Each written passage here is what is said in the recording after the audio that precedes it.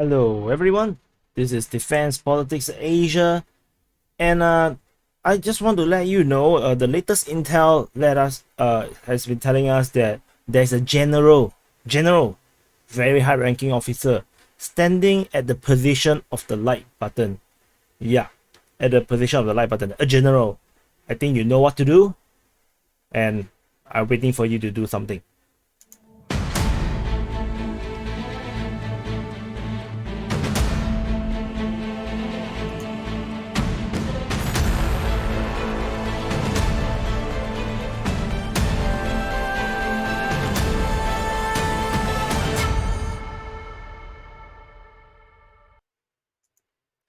Hello everyone, welcome back, and this is the summary for day 71 and the 5th of May. So do something about the general on the position or the like button, and there's a stupid motorcycle, so loud. Okay, and let's start with missile strike. So there's a missile strike at the Kanatovo Air Base near Kryvyi or it used to be known as a simpler name, Kirovograd. So this is according to the Ministry of Defense of Russia. So they say the high precision air launch missile from the Russian Air Force destroyed the aviation equipment. So they're talking about aircraft or UAVs or helicopters at the Kanavoto military airfield. So is this one a simpler looking? You can see the bombers in a long time past. So that's the update for the missile strike. Do we have any more? Nope. So and then we have this report also from the Defense Ministry of Russia that a Sukhoi 24 of the Ukrainians have been shot down over or near the Snake Island, Zemeny Island. So, and coincidentally, there is actually two separate reports. Both is from the Ministry of Defense of Russia. That so separately, the Bayraktar TB2 was shot down. One here and one here in these two different reports, and as a result, two Bayraktar TB2 has been shot down. So in total, there's already 5 TB2 has been shot down over this island, plus this Sukhoi 24. I'm really wondering what's happening at this island. Like why is the Ukrainians sacrificing so many aircraft for this position? Like, is this really that important? I'm really not too sure. But there's also intel saying that there's a lot of naval movement from the Russians around this region. So perhaps the Bayraktar TB2 is actually out to try to attack the Russian Navy. Maybe for this Sukhoi 24 as well. That's why they are all gotten shot down by air defense. So not sure if that's the case because we have no indication. But it seems like that's the case. If not, I don't think this island worth that much aircrafts. So probably is the Russian Navy that they are trying to attack. However, it seems like the Bayraktar isn't really suitable to fight with a proper navy, perhaps. So moving on to the Mykolaiv Front. At the Mykolaiv Front, there's a Sukhoi 27 shot down over Inhulets. Inhulets is actually this town here. Inhulets. So this is the Sukhoi 27, and then we have another aircraft, the Sukhoi 25, getting shot down over Koshove. So Koshove is here. So I'm not too sure about this, but for this one, Sukhoi 25 is a ground support aircraft. So there's a possibility that this Ukrainian Sukhoi 25 is actually assisting with the fighting around this region. So there's no news regarding this attempt to capture Zaporizhzhia yet. I haven't seen anything yet. Maybe there's something, but I didn't see it. So maybe this aircraft got shot down for the while they are trying to assist in the fighting around here. So moving on to the Donetsk Front. oh sorry, Zaporizhzhia Line. There is no update regarding the Zaporizhzhia Line. And moving on to the Donetsk Front, which Mariupol is actually part of Donetsk, but Mariupol on its own, the Russians are still fighting within Azovstal. There's a lot of explosions, a lot of noise coming out from this area, but there's no clear information about what is the progress like. Moving on to the Donetsk Front here, you may notice that the number of blue castle icon have increased multiple folds. This is because I have decided to indicate every single fortification that was existing before the war started. So you can see there's this entrenchment, and then there's this entrenchment here. So every single icon is an entrenchment that I managed to find. There might be more than the ones that have been indicated. So I've tried my best, and as I will probably go and try again maybe in a day or two to indicate as much as I can. So with this fortification, you can see all the different icons of where all the entrenchment are. Then you will probably realize why the Russians are struggling so hard to gain any form of progress around here, because in certain areas the defense in depth is ridiculous. For example, at this area, there's a trench line here, there's a trench line here, there's a trench line here, there's another trench line here. So even if you attack the first one, you'll be attacked and by the other three. Similarly for all these locations. So this is what I meant by defense in depth. Capturing one position is hard enough, and every single position is supported by another fortified position. So you can attack this one, and then you'll be fired upon by 5 different other fortification or entrenchments, and this is ridiculous. And this goes on for many kilometers. This entrenchment line is around 20 kilometers deep, and remember, this is all entrenchment that was set up before the war, because Google Map have decided not to update the map, and whatever we are seeing now is actually the maps that was before the war have started. So you just look at the kind of defenses in depth all the way towards Kramatorsk, and you will find that the Ukrainians has been preparing for war for a long time. This is not something that they are surprised that they are so innocent. No, these positions are simply just an entrenchment. I did not indicate all the number of artillery locations. That means the artillery, where they actually move to the firing points. So there are multiple. There's a lot of firing points where the artillery will drive there, fire, and then they will retreat from there. There's a lot of this kind of position as well. So for those that do not know, this conflict started all the way from 2014. So do not think that the Ukrainians are some innocent little lamb. I know they are not that innocent. They have been fighting this for a very long time, and the amount of entrenchment they have put in, this is not meant to fight against the Luhansk People's Republic nor the Donetsk People's Republic. The level of fortification and entrenchment, this is meant to fight a proper war. This is meant to fight against the Russians. So just to update you on that.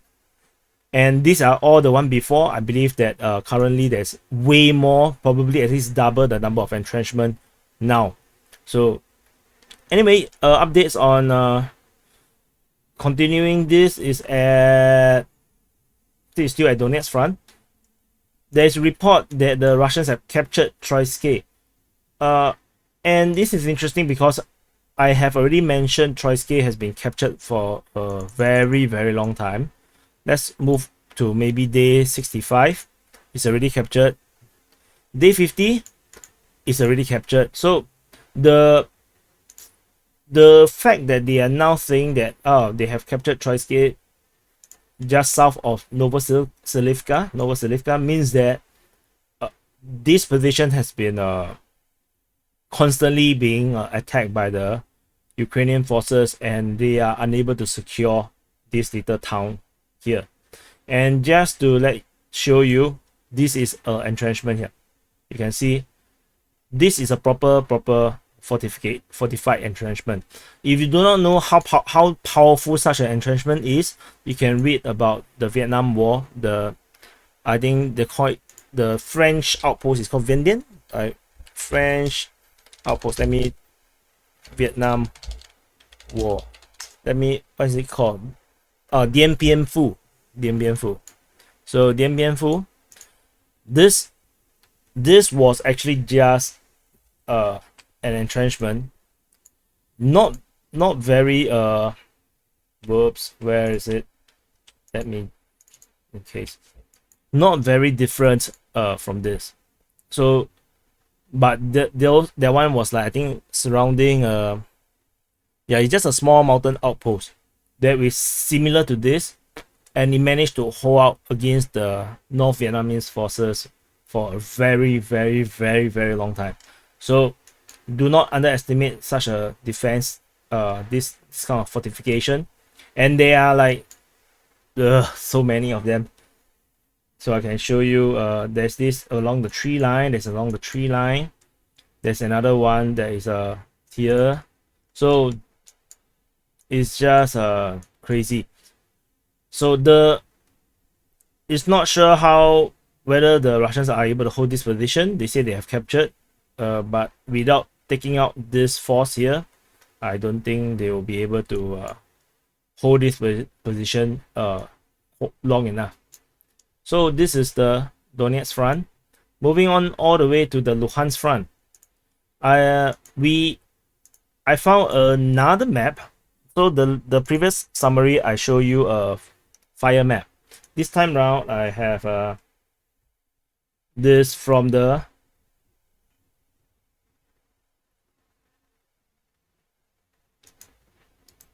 this is, I think, the state media. So they actually came out with this map, and with this map, I can corroborate that that there are quite a number of parts which is actually correct. And then somehow there is also this pop-up all the way here, which I then reference. And then there is this part also. They show that this part is all fortified positions, and the front line is actually all the way at the back. So as a result, I have updated accordingly. And this is also the inspiration to why I started to put the positions of all the entrenchment, because this entrenchment will give us an indication, where are actually the positions that the Russians have to take over. So there is a lot, I'm talking about like a lot of fortifications, a lot. So the fight for Popasna is not possible to do a traditional, you do a pincer movement around the city and encircle it. It's just not possible. So as a result, is like there is this huge salient, or this bulge here that the Russian forces are unable to overcome at this moment. But they are fighting in the city, and they managed to capture this side of this suburb area of Popasna, and follow the water line here, and then they captured this part, and along the road they are able to secure. And because there's also not much existing fortification and entrenchment around this area, there's nothing there, so that's why it's still rather safe for them to drive around here. So this part was correct. Our front line here is correct. It's just that this part I wasn't aware of, and also of course this part in the open area, which I never actually zoom in enough to actually found so many fortifications in this area. So this was a huge surprise to me, but it does make sense given the number of entrenchment around this area.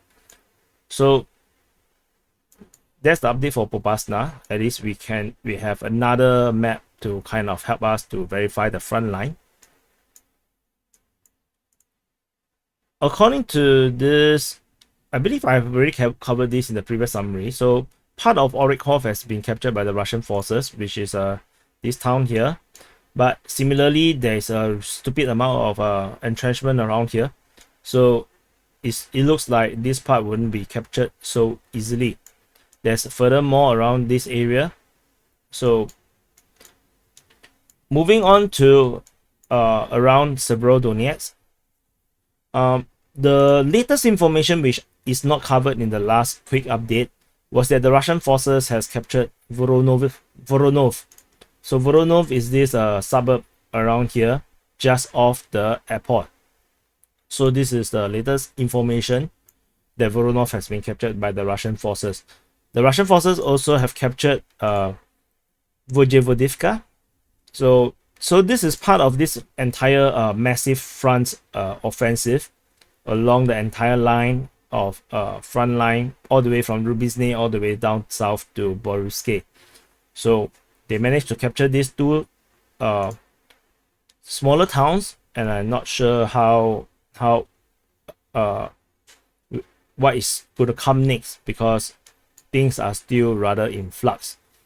And because of the digging, I realized that there's also a major entrenchment and fortification around the airport. You can see this zigzag trench line, and its further trench line and defenses behind. So I think this airport will take some time to capture. No information regarding Kryvyi Rih. Moving on to the Izyum Front. At the Izyum Front, the Russian forces have captured Dibrova, and it looks like there is not much defenses or resistance within this village, so it should be quite an easy capture. There's no news about it for Ozerne, and for Liman, the fighting is now from at the north part, and of course in the southeast. So they are now attacking from both sides, but no progress on this part. There's no news regarding Drobichev and all these front lines around Severodonetsk. According to, so there's also no update about this pocket here. There's no indication whether there's Ukrainian forces getting stuck there or not. There is, however, I checked the fire map, and then I realized that there might be a possibility that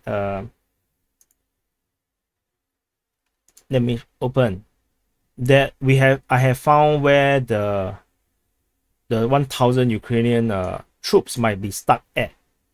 If you look at this is actually Oskil. This is Oskil Reservoir. So the angle of this map is a bit weird. So because of how the satellite take the photo, and you can see that the fire is concentrated all around the north of Oskil. This is Oskil town. It's all here. So if you look back at the map, the location is actually here, around this valley kind of region. So hill or valley, I forgot. So I need to check another map. So based on the fire, because from what we understand that the Ukrainian forces has been heavily bombarded, and which is why there is good reasons to believe that they are actually there. Let me open this. Okay. So this is Oskil. The position that is on fire is around here. So it's actually, if you go all the way in, you can see that there's this location, this town is actually in some sort of a shallow valley, and there's actually a hilly area here. So there's a chance that they're actually within this forested area, and maybe they are spread out, and maybe they entrench themselves, and they are getting bombarded like mad. That could be a possibility, or that could be a misinformation from me, and misanalysis, and maybe it's just a major fire, because this area is all forested.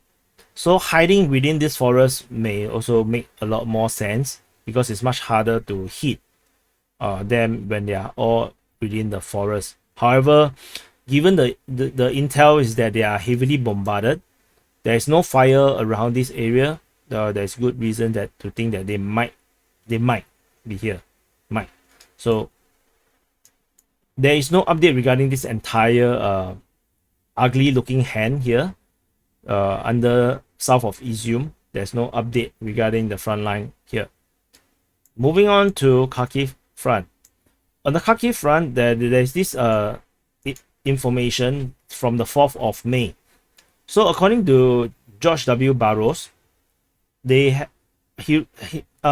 posted on Twitter that they have recorded Kochektor, Kesivka, and Pechenihi that to be under the Ukrainians, because they observe Ukrainian road workers working along this highway.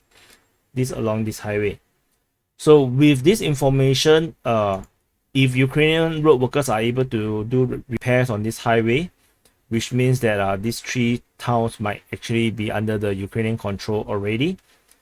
So then this will make a lot of sense that this front line here at Basilivka can link all the way up to Moldova, and this becomes a consistent front line. And with this information, then we can also have good reasons to believe that Pianitsky has been he's actually empty. There's no Russian forces around here, and it's likely to be controlled and captured by the Ukrainians, because if there is actually a force of Russians here, then we are likely to hear reports that they are fighting around here, and this Ukrainian force is less likely to be driving up north so rapidly. So, and if you cannot see, this is actually a river. This is the Severodonetsk River. So the entire front line is now going along this river, and there's this exit around here, and there's this exit here. Not exit, but this point all the way up north. So on this part, there's this damp area that can be crossed. Not sure if this road here is still usable at this moment. We are not so sure, but at least we know that Basilivka is captured by the Ukrainians, so there is a good reason that they can eventually push up north to take Primorske, and then they can repair this road here. So this is the Kharkiv Front. There is no other changes around here, although I did read some rumors that there might be Russian forces pushing at Baranivka around here, but that is cannot confirm that. Oh yeah, there's actually information about this. There's fighting at Supivka. So Supivka is actually this town here. So the Ukrainians launched an attack in this location to drive towards Kochaya Lopan, which is Kozacha Lopan here. They're trying to move up. However, they did not, according to this report, they failed. So destroyed by artillery and also tank duel. So don't read too much about this detail, but there is fighting around here, but there is no progress reported. So fighting is still along this line here. And oh yeah, so I forgot to mention, at Starosaltiv, where it was captured by the Ukrainians, the Russian forces is actually fighting for this position. I think this source is wrong already. I think, did it? Oh yeah, no, sorry, this is correct. So this information is actually from the Defense Ministry of the Ukraine. So General Staff of the Armed Forces of Ukraine reported in their operational information that the Russians tried to restore the lost position at Starosaltiv, but this offensive is reportedly not successful. But this gives us the information that there is actually fighting reported around here. Sorry to miss this information. I should have mentioned this earlier. So this is the update for the summary of day 71, I believe. Yeah, day 71. And I hope it isn't too messy for you guys. And see you. Oh, remember about the general at the like button. Do something about him. It's a great opportunity because you don't really see generals standing on the like button very often. And and I'll see you in the next update.